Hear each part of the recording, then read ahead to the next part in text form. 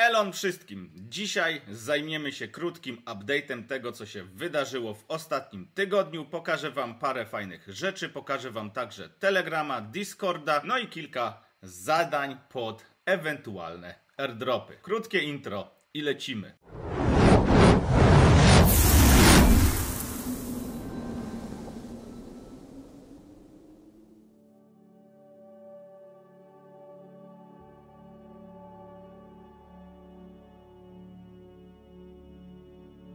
Zaczynamy na moim blogu www.marekporwol.pl. Oczywiście jak zeskrolujecie na sam dół, to znajdziecie tutaj najwięcej informacji. Zobaczcie, scrollujemy na sam dół i tutaj znajdziecie ostatnie wpisy.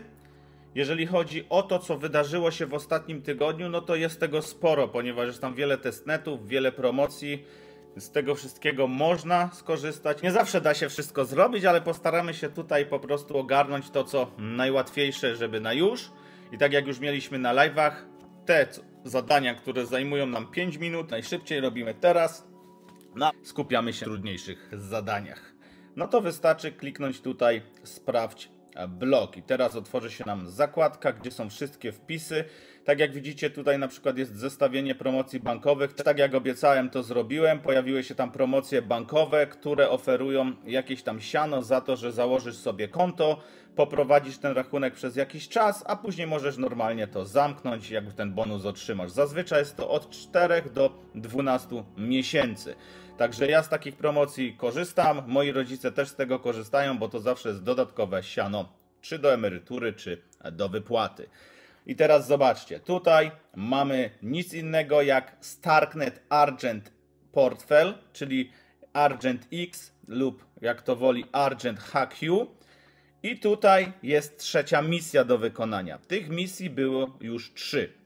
Pierwsza misja to było nic innego jak zrobienie interakcji na portfelu, swapa, więc to akurat zrobiliśmy przy okazji tej pierwszej misji.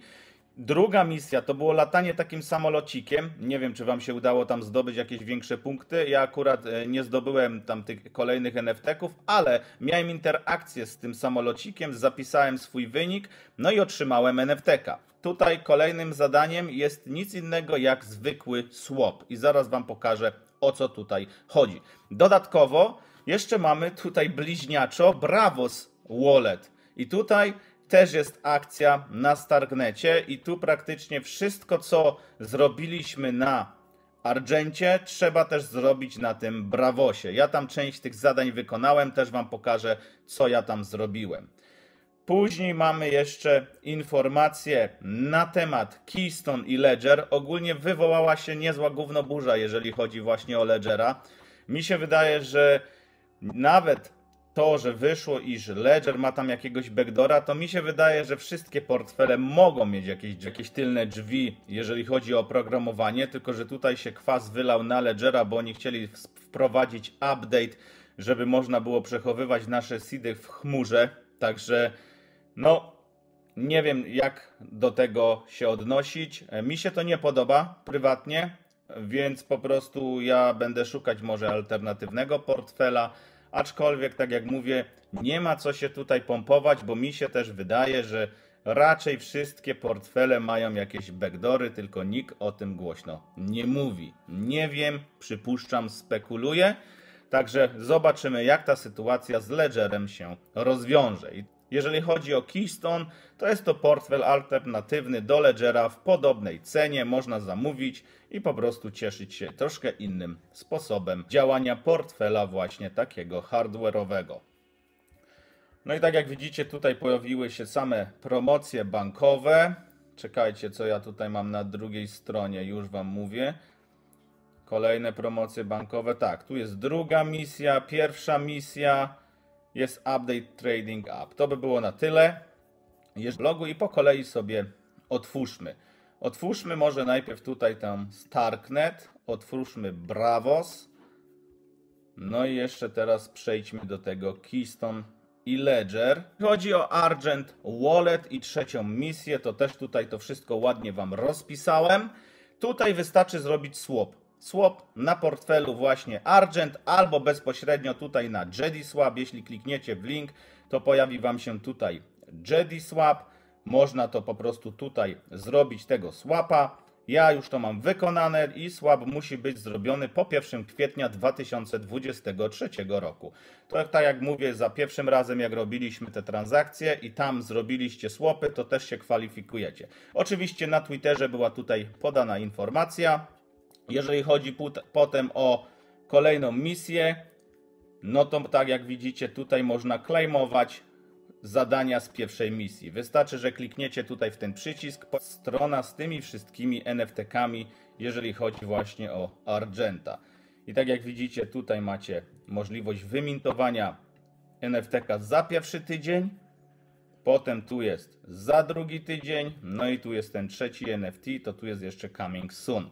Także tu czekamy i tu jest wszystko ładnie też wytłumaczone, co trzeba zrobić. Trzeba zamienić, użyć swapa na JD-Swap z Argent Wallet pomiędzy 1 kwietnia a 23 maja. Także mamy czas do 23 maja. No i też tu jest oczywiście bezpośredni link. No i tutaj snapshot not yet taken, czyli snapshot będzie 23 maja. I właśnie o wpis na blogu, to zobaczcie, jeszcze przejdziemy tutaj sobie na ten Argent. Tu są informacje, jak klikniecie w to, to tak jak mówiłem, przeprowadzi Was na tą główną stronę, gdzie można odebrać te wszystkie NFT-ki i będzie się to pojawiać. Tutaj jeszcze dla nowych jest instrukcja, czym jest Argent, jak go założyć, co tutaj można zrobić, jest po prostu wszystko opisane. Dodatkowo ja tutaj też uwzględniłem to, że robiliśmy jakieś quizy, robiliśmy jakieś transakcje. Także tak jak mówię wcześniej, kto robił ze mną te zadania, jest zakwalifikowany, więc nie musi się o to martwić. Aczkolwiek jak ktoś chce, może zrobić kilka tutaj zadań dodatkowych. Opłaty spadły, nie są już takie tragiczne. To by było tyle, jeżeli chodzi o Argent. Przejdźmy jeszcze raz na tą stronę, gdzie to można wszystko odebrać. Tutaj jest ta strona i sprawdzamy, czy ja się kwalifikuję. Zobaczcie. I klikamy po prostu tutaj Mint. Mamy pierwszego NFT-ka, dajemy check. No i tak jak widać, ja się tutaj już kwalifikuję. Ja to odebrałem wcześniej, także ja tutaj będę miał po prostu błąd. Ja te NFT-ki mam i teraz jak Wam tutaj odrzucę tą transakcję i wejdę sobie w Argent Wallet, przejdę tu, no to zobaczcie, mamy Starknet ID, bo posiadam takie ID. Mamy tutaj Starknet Quest, jakiś NFT. Nie zawsze te NFT-ki są tu widoczne. No i tutaj mamy Explorer, czyli to są te dwa NFT-ki, które mogliśmy zdobyć. Także ja to zdobyłem, teraz czekam na trzeciego. Oczywiście tutaj, jak przejdziecie jeszcze na portfel i przejdziecie sobie w historię, to tylko przesunę. Tutaj wystarczy kliknąć. I macie historię właśnie naszych transakcji. Zobaczcie, tutaj było robione, był mintowany jeden NFT, drugi NFT, tutaj było konto stworzone i transakcja była po 1 kwietnia. Tak jak widzicie, ja tutaj 4 maja robiłem transakcję, transfer, wstecz. Tutaj są jakieś transakcje, ale to się tutaj, zobaczcie, no nie wyświetla. Czasami ten portfel po prostu laguje. Tak to wygląda. Wystarczy, że przejdziecie tutaj i zrobicie jakąś transakcję tutaj w portfelu albo po prostu na JD-Swap. Taka transakcja tutaj kosztuje. Przypuśćmy, że chcę wymienić $10. Zobaczymy, jakie będzie fee. Mamy tutaj slippage 2%, price impact 0,05%. Klikamy review i sprawdzamy to, co tutaj nam się pokaże. Tu jest informacja, że jeżeli nie ufasz temu projektowi, to nie powinieneś tego swapować. Aktualnie to Argentowi ufamy, tutaj nie ma problemu i to też jest właśnie JD-Swap. Zobaczcie, tutaj jest robiona transakcja bezpośrednio na JD-Swap, czyli nie trzeba na te JD-Swap przechodzić, ale jakbyście chcieli, to możecie po prostu tutaj wejść, na mojej stronie jest link na JD-Swap, to zaakceptować i po prostu też zrobić tutaj transakcję, ale to jest to samo. To by było tyle, jeśli chodzi właśnie o Argent Wallet, o te transakcje. Będziemy to śledzić na bieżąco. Oczywiście więcej informacji pojawi się też na Discordzie, jak i na Telegramie. Ja też postuję o tym na Twitterze. Teraz już możemy przejść do kolejnego punktu naszego dzisiejszego nagrania. Kolejnym punktem zrobimy przerywnik. Powiemy trochę o portfelach. Zobaczcie tutaj Keystone i Ledger. Ja tutaj na stronie opisałem różnicę pomiędzy Ledgerem a Keystone'em i to jeszcze było przed tą całą gównoburzą, no bo ja tutaj nie spodziewałem się, że oni takie coś sobie wywołają. No ale zobaczcie, możecie sobie wbić na spokojnie tutaj i przeczytać, czym jest Ledger, co tak naprawdę ta firma robi, dlaczego tyle osób jej ufa lub ufało do momentu właśnie tej gównoburzy, jakie są ceny tych portfeli. Tutaj mamy, zobaczcie, Ledger Nano X kosztuje 686 zł, tak? A Ledger Nano S Plus 356 zł. W ogóle to ja będę miał też konkurs na takiego Ledgera Nano S, ale to w późniejszym czasie. Czekam też, co tutaj się wydarzy, bo ja kupiłem kilka tych portfelów właśnie na konkurs, ale nie wiem, czy to będę rozdawać, jeśli na przykład ludzie stwierdzą, że to jest tandeta. Ja jednak jestem takiego zdania, że tutaj oni załagodzą tą samą sytuację i na pewno wyjdą naprzeciw swoim użytkownikom. Tutaj oczywiście jest link partnerski, jeśli ktoś chce skorzystać i kupić sobie takiego Ledgera, aczkolwiek ja bym tutaj rozważył zakup portfela Keystone. On się troszkę różni, ponieważ ma duży wyświetlacz, ma wymienną baterię, ma nawet czytnik linii papilarnych w wersji Pro, a w zwykłej tego czytnika nie ma. No i wszystko robi się na tym ekraniku, także portfel jest ciekawy, fajny, no i też oczywiście zabezpiecza nasze kryptowaluty. Jeżeli chodzi właśnie o ceny, tutaj też macie link partnerski, a jeśli chodzi o ceny tego portfela, to zobaczcie, $169 kosztuje wersja Pro, a wersja Essential kosztuje 119, czyli to są bardzo podobne ceny do Ledgera. Praktycznie to samo, chyba że tam jest 10 zł różnicy, zależy oczywiście jak stoi dolar, jaki tam jest przelicznik na dolarze. To by było na tyle, nie będę tutaj omawiać tych portfeli, oczywiście zachęcam Was, żeby wejść tutaj na bloga. Link będzie podpięty właśnie w opisie tego filmu i sobie przeczytacie, o co tutaj w tych portfelach chodzi. A teraz lecimy już do portfela Bravos i do kolejnych zadań na Starknecie. Dzisiaj będzie dość mocno starknetowo. Zobaczcie, jeżeli chodzi o Bravosa, no to jest kolejny portfel. Kolejny portfel, który można zainstalować na swoją przeglądarkę. Ja też tak zrobiłem, ja go mam tutaj, mam zainstalowany jako przeglądarkowy portfel. I opisałem cały proces tych zadań, które tu robiłem właśnie na blogu. Żeby nie zabierać Wam czasu, to już Wam mówię, o co tutaj chodzi. Zobaczcie, najpierw trzeba pobrać tą aplikację, czyli najprościej wchodzimy na stronę Bravosa i pobieramy tą aplikację. Jeszcze tutaj zobaczcie, jest informacja właśnie o tym Starknet Journey na Twitterze Bravosa, więc możecie sobie tam przejść, zaobserwować ten kanał. No i tu też jest wszystko opisane.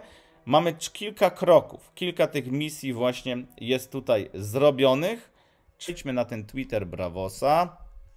No i zobaczcie, od 18 maja, od godziny 13 UTC przez 7 dni możesz osiągnąć wynik powyżej 10% na portfelu Bravos.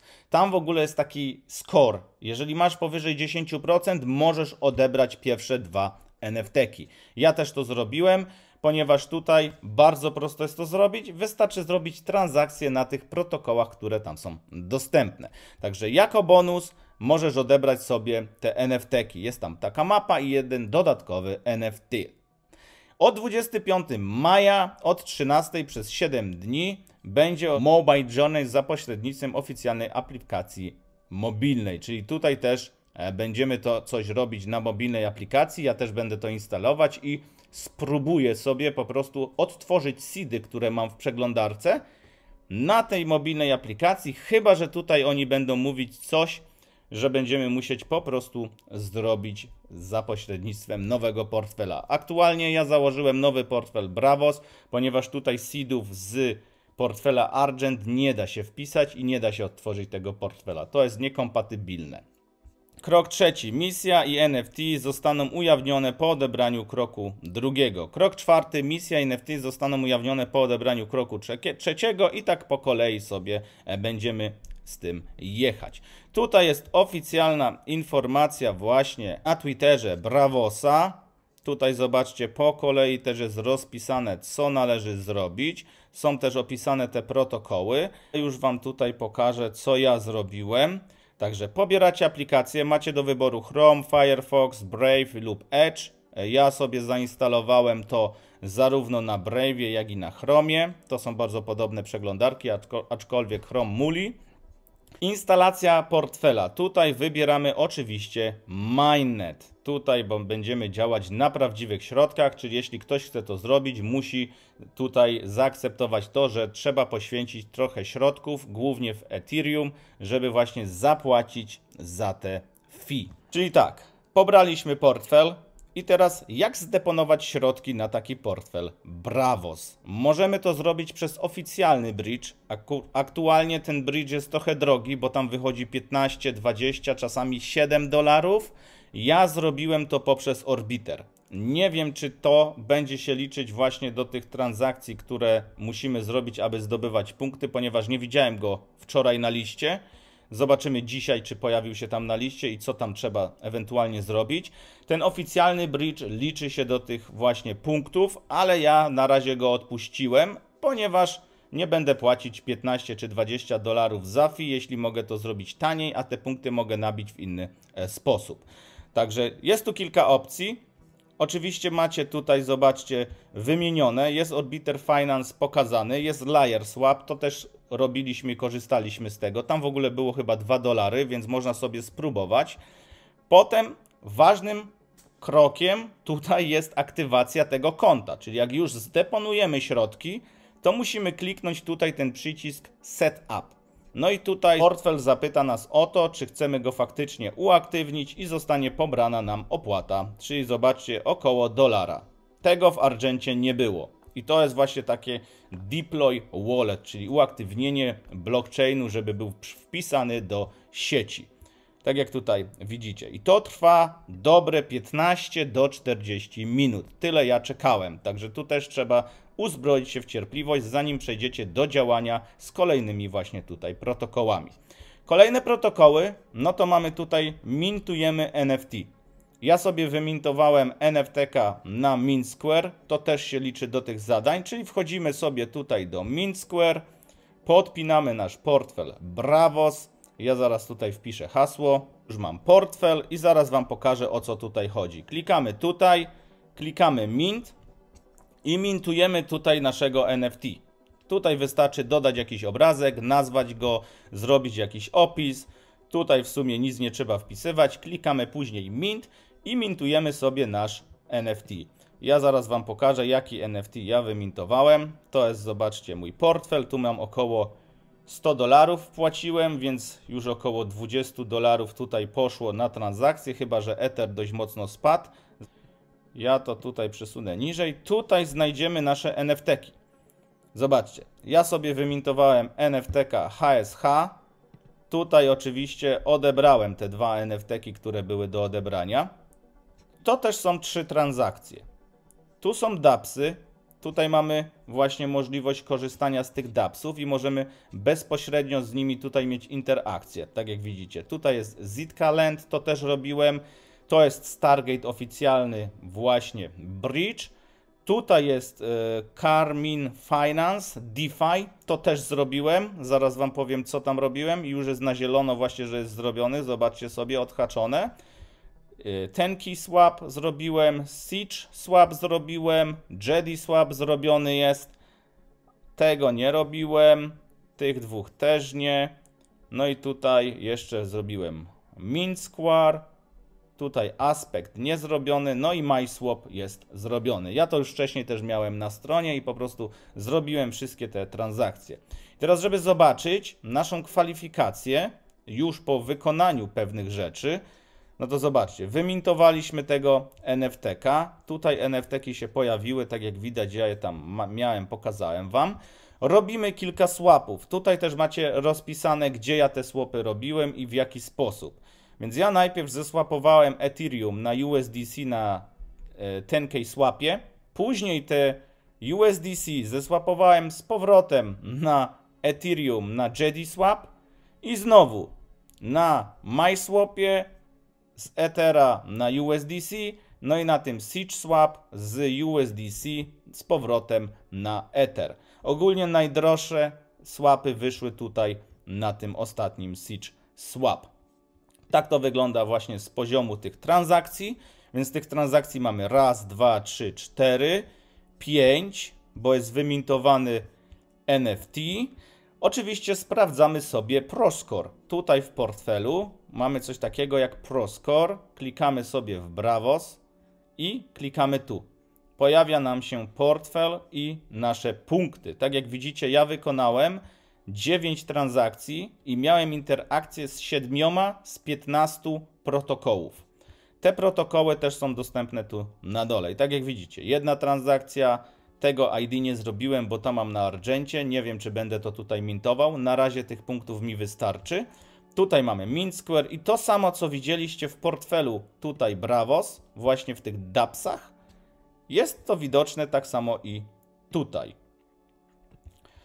Więc mamy te punkty i teraz jak już mamy powyżej 10%, bo te 10% to jest minimum, żeby wymintować właśnie tego NFT-ka z tego Journey, no to przechodzimy sobie tutaj na tą stronę Journey Map Bravos App. Łączymy nasz portfel i tak jak widzicie, ja już tutaj sklejmowałem ten token, sklejmowałem te NFT-ki.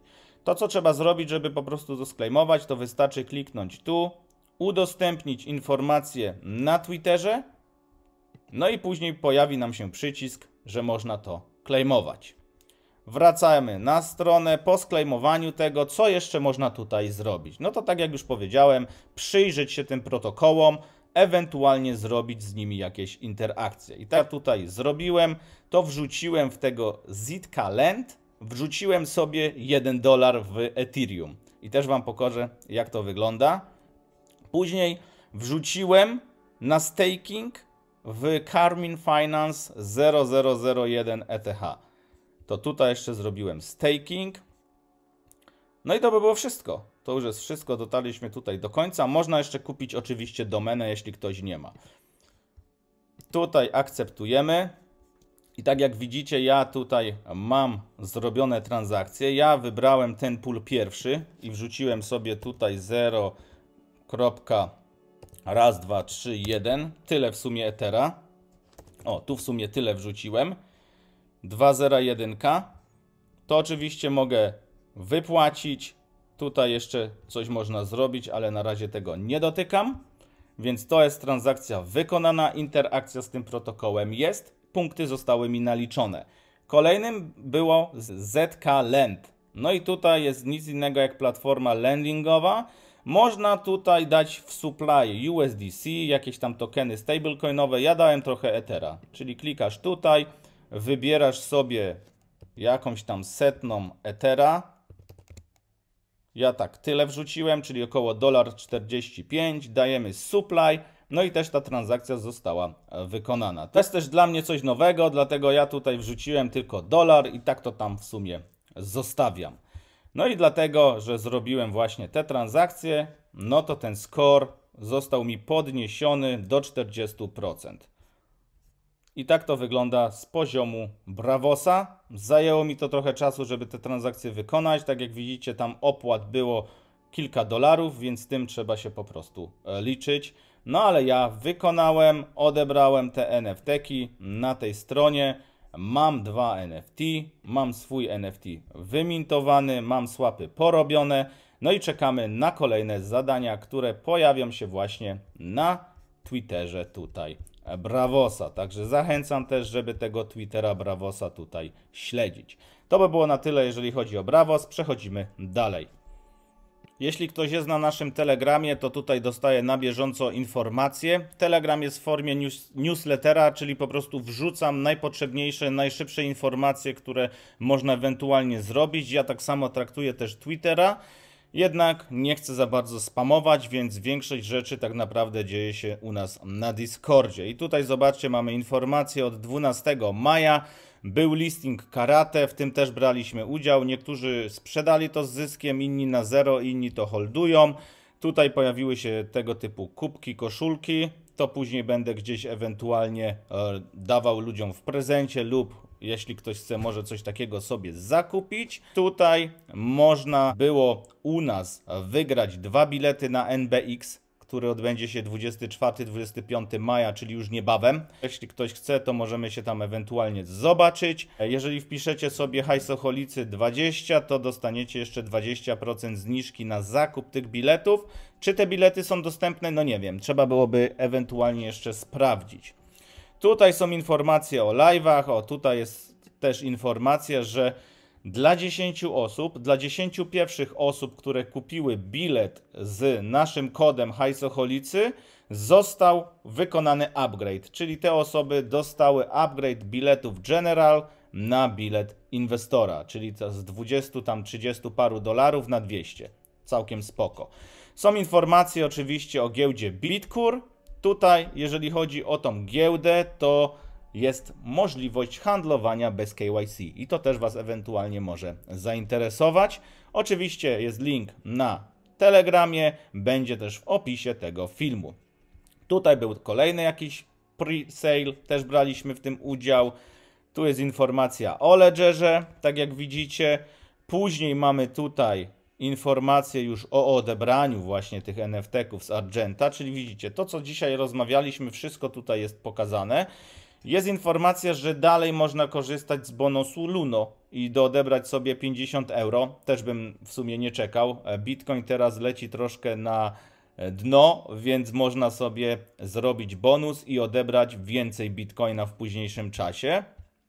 Tutaj był nasz ostatni live, plan A, brak planu, plan B. Zachęcam zobaczyć tego live'a, bo tutaj rozmawiamy na temat właśnie planu działania i jak to wygląda. Większość osób wie, jak kupić krypto, ale nie ma pojęcia, kiedy to w ogóle sprzedać, więc tu po części Wam pomożemy zrozumieć, jak to robić. DAO Maker, Tenet, tutaj można brać udział.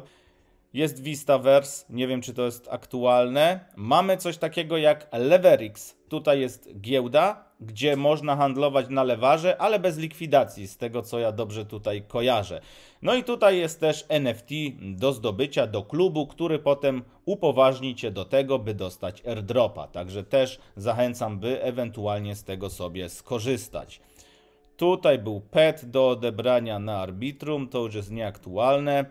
Zobaczcie, tutaj jest do odebrania NFT na ZK Era i tutaj za transakcję na Orbiterze. Tutaj też warto sobie zrobić. Ja mam, zobaczcie, tutaj odebrany ten NFT, zrobione mam te transakcje. Tutaj wystarczy dać follow i mieć jakąś transakcję właśnie na ZK Era. To też robiliśmy. Później mamy OmniFlix na Zeli, tutaj też można skorzystać. Był NFT z Engine Wallet, to też już jest po czasie. Pojawiła też się informacja o tym, i ludzie nie do końca to rozumieją, że Binance ciągle ostatnio wysyła informację, że Twój adres depozytu został zmieniony. No i tak, oni zmieniają adresy depozytów, na to też warto zwrócić uwagę. Jeśli ktoś ma zapisany taki adres, na który wysyłał środki na giełdę Binance, to powinien za każdym razem go odświeżać i sprawdzać, czy ten adres się przypadkowo na giełdzie nie zmienił. Widzicie, tu oni zmieniają te adresy, więc też poinformowali swoich użytkowników, więc w Waszej gestii jest, żeby ten adres zaktualizować. Ja w ogóle, zanim wpłacę gdzieś środki, to i tak jeszcze 2 razy sprawdzam ten adres, czy faktycznie wysyłam na aktualny adres na giełdzie. Dobrą informacją jest to, że jeśli by się zdarzyło, że wyślecie na ten stary adres, no to tutaj środki nie będą stracone. Jedynie co to będzie trzeba napisać do supportu i te środki zostaną zdeponowane manualnie, ponieważ pod nasze konto jest podpięty już nowy adres, gdzie wszystko dzieje się automatycznie jak wcześniej. To taka informacja techniczna. Oczywiście jest tutaj informacja znów o tych bankach. Tak jak widzicie, tu było 950 zł, 900 zł z 2 różnych kont bankowych. Ja teraz aktualnie opisałem tych kont kilka i tam można nawet zgarnąć do 3220 zł. Tutaj kolejny NFT z Argenta i JediSwap, czyli widzicie, te informacje są powielone na Telegramie, na Discordzie i na moim blogu. Tutaj mamy informację o Slingshocie. Można zdobyć skiny. To też mamy ten portfel i tam handlowaliśmy. Lecimy dalej. Ostatnia informacja jest z 20 maja o Bravosie. Także to by było na tyle. Przejdźmy teraz jeszcze na Discord. Na Discordzie też się wiele dzieje. Ja jeszcze dzisiaj wrzuciłem informację o VC-cie, czyli o tym, żeby zbierać sobie tokeny testowe, bo ostatnio były jaja z Gorli i te tokeny nie dość, że były drogie, nie można było ich nakopać, nie można było ich zdobyć, no to transakcje fee na tej sieci wybuchły w kosmos i płaciliśmy po kilka eterów. Taką drugą siecią jest Sepolia. Chyba to dobrze czytam. Sepolia i tutaj można już zacząć kopać i zbierać sobie te tokeny testowe. Zasada jest ta sama. Jest tutaj link. On wygląda w ten sposób, że podajemy tutaj adres i tak jakby kopiemy te tokeny. I tutaj można zacząć to kopać. Dodatkowo, jak już wpiszemy tu adres, zrobimy captcha i damy start, no to pojawi się możliwość boostowania tego miningu. I to trzeba zrobić tutaj na Gitcoin. Na Gitcoinie wystarczy, że podłączycie swój portfel. Tutaj są różne takie odznaki, które upoważniają nas do tego, żeby ewentualnie właśnie zrobić ten upgrade. No i tu potem jest taka informacja, specjalny kod, który zabieracie i wprowadzacie tutaj w tą Sefolię. Myślę, że dacie sobie radę, jeśli nie, to ja to jeszcze gdzieś opiszę. To było tyle, jeśli chodzi właśnie o ten kranik. Dodatkowo Michał tutaj przygotował film na temat różnych kraników na Gorli, więc też warto zobaczyć tutaj film Michała, też on będzie wpięty w opisie tego filmu, żeby po prostu zrobić sobie tu te kraniki, bo to coraz częściej nam jest potrzebne. Opcją jeszcze taką, żeby zrobić na przykład testnet Linea, to też pewnie z tym walczycie. Ja z tą Lineą walczę. Tutaj jest Glaxy z Linei.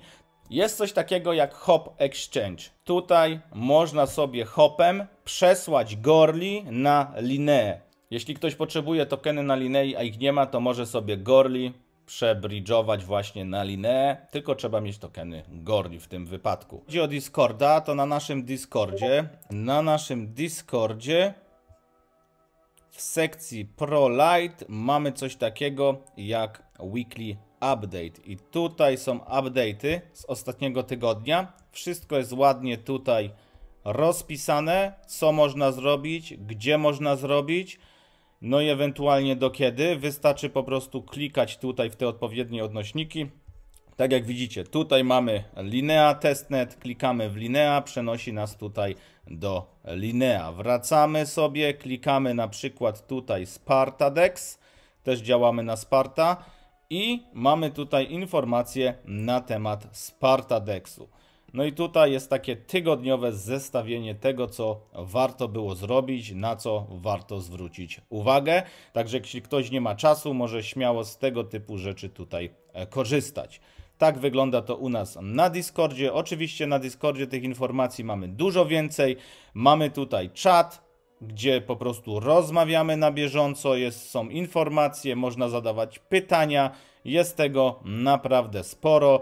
Nasz Discord to jest nic innego jak taka forma forum, klubu tematycznego, gdzie można wiele rzeczy zrobić, wiele rzeczy się nauczyć i nie skupia się to tylko i wyłącznie na kryptowalutach, ale też na innych rzeczach. Już to kiedyś pokazywałem, że tutaj mamy zarówno whisky, surowce, metale, akcje, rozmawiamy na różne tematy po to, by po prostu zdywersyfikować swój portfel. I tak jak mówię, nie jest to w formie tego, że ktoś tutaj jest doradcą inwestycyjnym, bo my nimi nie jesteśmy, ale wymieniamy się razem między sobą wiedzą. A że mamy sensownych ludzi i konkretnych ludzi na grupie, no to ta wiedza jest bardzo wartościowa. To by było na tyle, jeśli chodzi właśnie o informacje, które chciałem Wam dzisiaj przekazać. Także pamiętajcie, zasubskrybujcie mój kanał, zostawcie dzwoneczek, napiszcie, jak Wam się podobał ten materiał w komentarzu.